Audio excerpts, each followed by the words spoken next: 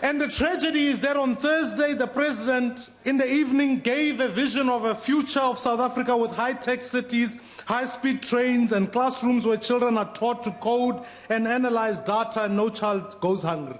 Mr. President, I get that. My greatest fear is simply this, is that that will only be available to a few of our children and many of our kids in this country who will be left out of opportunity in our nation.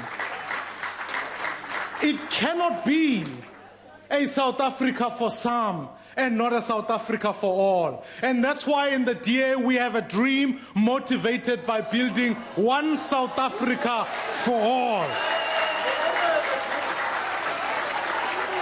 Honorable members, the stats released last month paint a very dire picture.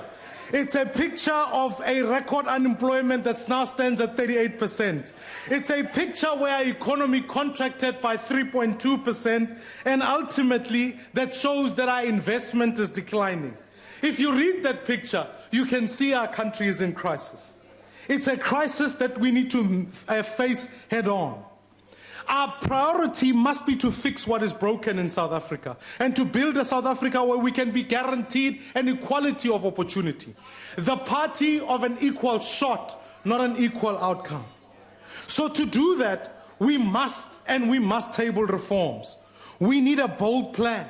We need the right budget, we need the right people, and most importantly, we need a plan. We need to stop debating the mandate of the Reserve Bank. It's already in the Constitution. What we need to do is get on with the business of doing. So, Mr. President, while you are looking to build smart cities, I want to say, why don't we make the cities that we have already smart?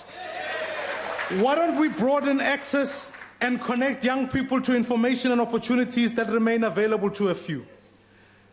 At one place to start, Mr. President, is with the allocation of the broad spectrum.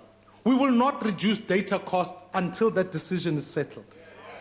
So, Mr. President, furthermore, instead of building a new bullet train, let's rather fix and protect the trains we have and give them to provinces to run.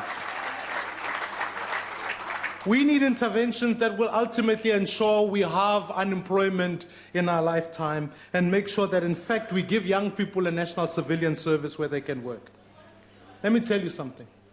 By the end of the 19th century, a city like New York and London were facing a crisis that seemed to have no solution.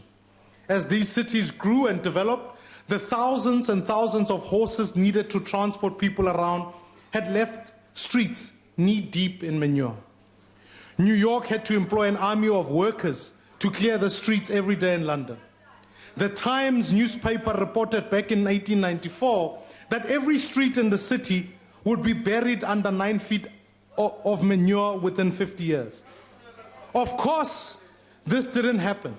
And the reason for that was because there was a bold new solution. It's that instead of us having horses, let's rather make cars.